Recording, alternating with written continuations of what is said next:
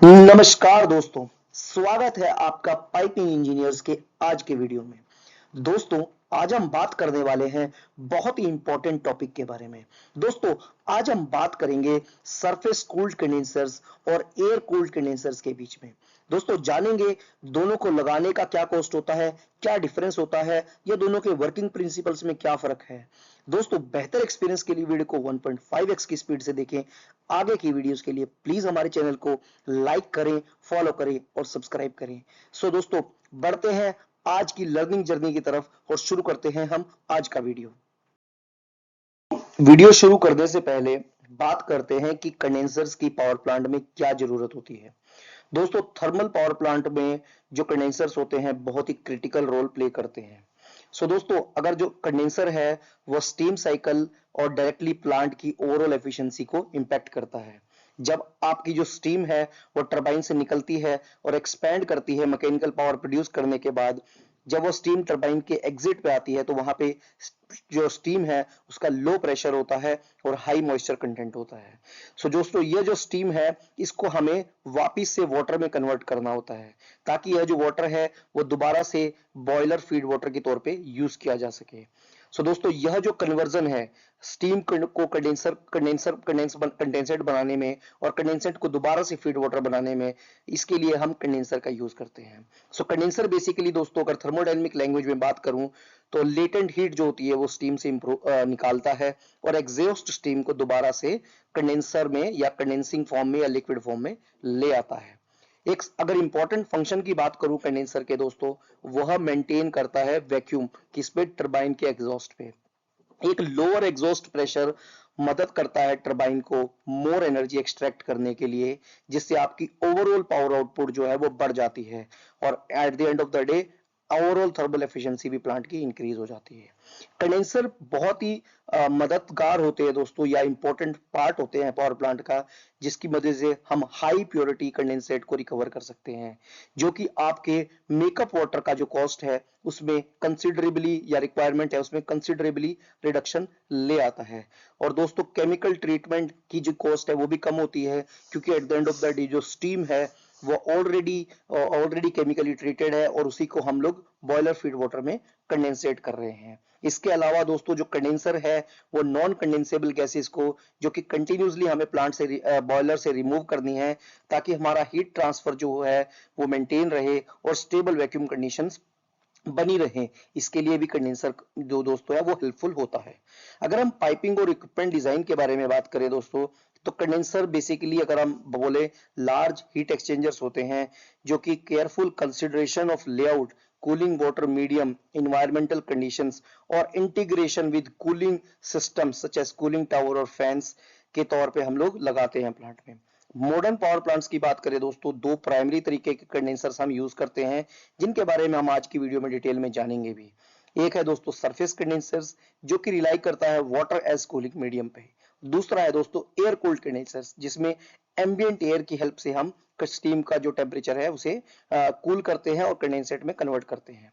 इन दोनों की सिलेक्शन दोस्तों बहुत ही इंपॉर्टेंट चीजों पे डिपेंड करती है और इंजीनियर्स बहुत कंसिडरेबल स्टडीज के बाद यह डिसीजन लेते हैं, क्योंकि पावर प्लांट की एफिशिएंसी हो गया, वाटर कंजम्पशन हो गया, कैपिटल कॉस्ट हो गया, इन्वायरमेंटल क्लियरेंस हो गया, बहुत सारी चीजों को स्टडी करते हैं, उसके बाद इन दोनों की सिलेक्शन होती है। इस स्लाइड में दोस्तों मैंने बताने की आपको कोशिश करी है कि आज का टॉपिक क्या है, कंडेंसर्स का क्या काम होता है, और आगे हम लोग डिटेल में surface condensers, air cooled condensers के बारे में जानेंगे। दोस्तों, वर्किंग प्रिंसिपल, तो पहला मैंने बताया सरफेस कंडेंसर। सरफेस कंडेंसर क्या होता है, अगर आप इस स्लाइड में देखेंगे, सरफेस कंडेंसर आम नॉर्मल भाषा में बोलो तो हीट एक्सचेंजर ही होता है। Condenser is just an heat exchanger, इसके अलावा कुछ भी नहीं होता। सरफेस कंडेंसर में नाम से पता चल रहा है, जो ट्यूब्स है दोस्तों, ट्यूब्स के अंदर से वाटर फ्लो करता है और जो ट्यूब्स का जो सरफेस है, इनकी जो ट्यूब की जो लेयर है ऊपर में स्टीम फ्लो करती है, बस दैट्स इट दोस्तों। ठंडा पानी हीट ले लेता है और जो स्टीम होती है वो ठंडी हो जाती है। अगर आपको नॉर्मल भाषा में एक लेमैन लैंग्वेज में बताऊं तो यही स्टीम कंडेंसर का काम होता है।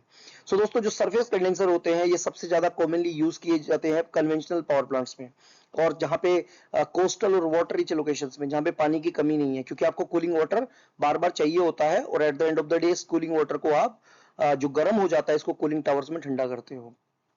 इस सिस्टम में क्या होता है दोस्तों, टरबाइन जो है, जो टरबाइन का स्टीम है, मैंने आपको बताया बंडल ऑफ ट्यूब्स में से फ्लो करता है और जो पानी है वो ट्यूब्स के अंदर से फ्लो करता है। जो स्टीम है और कूलिंग वाटर है वो कभी भी मिक्स नहीं होते हैं। हीट ट्रांसफर खाली ट्यूब के वॉल से होता है, allowing steam to condensate outside the tubes, while जो कूलिंग वाटर होता है वो स्टीम की लेटेंट हीट लेके बाहर निकल जाता है। सो दोस्तों ये क्लोज लूप अरेंजमेंट जो होता है वो हाई क्वालिटी कंडेंसेट देता है रीयूज के लिए। एक बहुत बड़ा एडवांटेज क्या होता है सरफेस कंडेंसर का, इसकी एबिलिटी होती है दोस्तों to maintain a deep vacuum.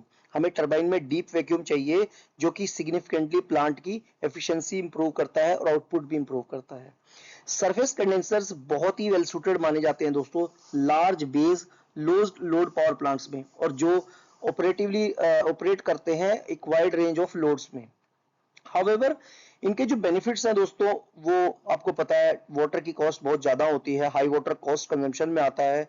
उसके बाद आपको कूलिंग वाटर लगाना होता है, जो कि कूलिंग वाटर आपका रिवर से आता है, सीज से आता है, और कूलिंग टावर्स जिनमें सिग्निफिकेंट इंफ्रास्ट्रक्चर लगता है, इन्वायरमेंट क्लियरेंसेस लगते हैं दोस्तों। तो सरफेस कंडेंसर की demand auxiliary system such as, और उसके बाद इसको आपको सर्कुलेटिंग वाटर पंप्स लगाने पड़ते हैं, क्योंकि जो पानी खींचा जाता है वो सीपी कंडेंसेट एक्सट्रैक्शन पंप्स वगैरह से, और जो आपका कूलिंग वाटर रिवॉल्व होगा वो मेकअप वाटर पंप्स या सिस्टम पंप्स लगेंगे दोस्तों, कूलिंग टावर का स्ट्रक्चर लगेगा, केमिकल ट्रीटमेंट लगेगा, और बहुत सारी चीजें आपको लगानी पड़ती है, तब आप ये सरफेस कंडेंसर को बिल्ड कर सकते हो। पाइपिंग डिजाइन के बाद से बात करें दोस्तों, सरफेस कंडेंसर्स में बहुत ही लार्ज डाया का कूलिंग वाटर पाइप चाहिए होता है आपको, जो कि careful layout planning, corrosion protection और रेगुलर मेंटेनेंस की जरूरत होती है। इसके अलावा दोस्तों कुछ चैलेंज होते हैं सरफेस कंडेंसर, चैलेंजेस होने के बावजूद भी सरफेस कंडेंसर्स एक प्रेफर्ड चॉइस रहते हैं इंजीनियर्स के, जहां पे वाटर अबेंडेंटली अवेलेबल है और वहां पे जहां पे हम मैक्सिमम एफिशिएंसी प्लांट की रिक्वायर करते हैं। तो आशा करता हूं आपको सरफेस कंडेंसर्स के बारे में समझ में आया होगा। यह दोस्तों दो तीन चार कुछ लाइनें भी लिखी हुई हैं, आप पढ़ सकते हैं जब आप वीडियो देख रहे होंगे। अगली स्लाइड में बात करते हैं एयर कूल्ड कंडेंसर्स के बारे में। सो एयर कूल्ड कंडेंसर्स क्या है दोस्तों, अगर आप बेसिक डिफरेंस देखोगे, नाम से ही पता चल रहा है, सरफेस कंडेंसर में हम पानी का यूज कर रहे थे, एयर कूल्ड कंडेंसर्स में फैन लगे होते हैं दोस्तों, बड़े बड़े फैन होते हैं जिनकी मदद से हम जो स्टीम है उसकी हीट को एनवायरनमेंट में रिलीज कर देते हैं और स्टीम को ठंडा करके कंडेंसेट को निकाल लेते हैं। तो एयर कूल्ड कंडेंसर को दोस्तों जनरली एसीसी बोला जाता है पावर प्लांट में, और इसको डिजाइन किया जाता है to condense turbine exhaust steam without using water as cooling medium.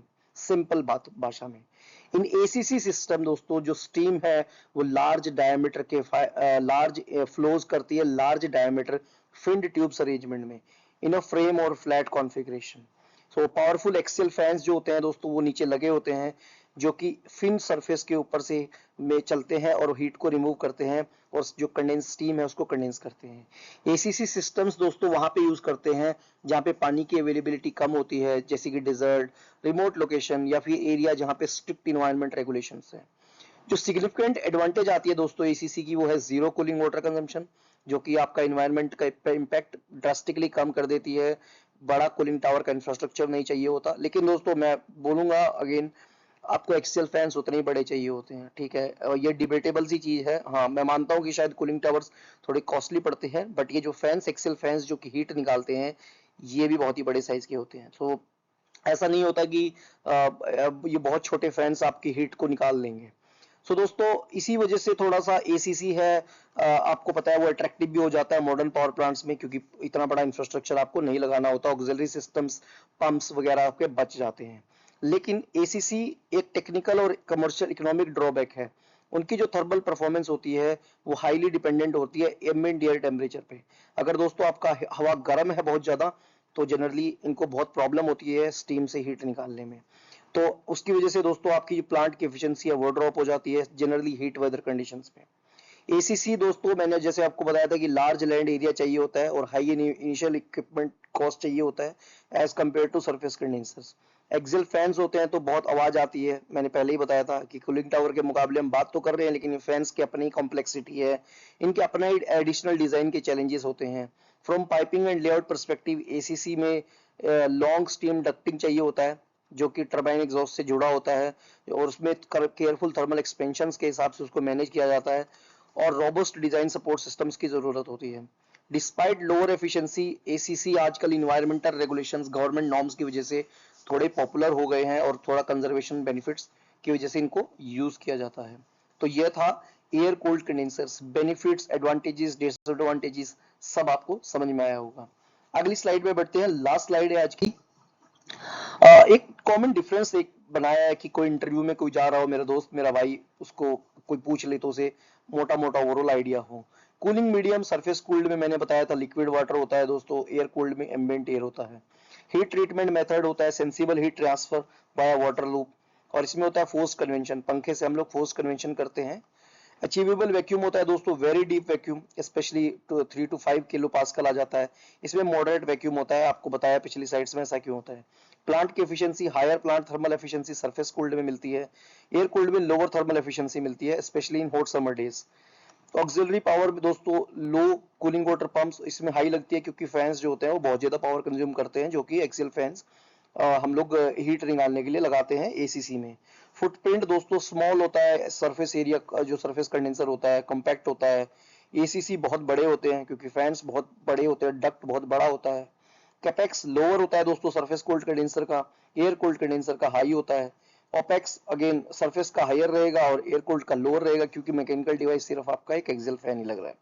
तो आज ने अगर आपने ये वीडियो यहाँ तक देखी है, मैं आशा करता हूँ आपने जरूर कुछ सीखा होगा। प्लीज हमारे चैनल को लाइक करिएगा, सब्सक्राइब करिएगा, हम आगे भी ऐसी वीडियोस लेके आएंगे। सो यह वीडियो देखने के लिए धन्यवाद दोस्तों।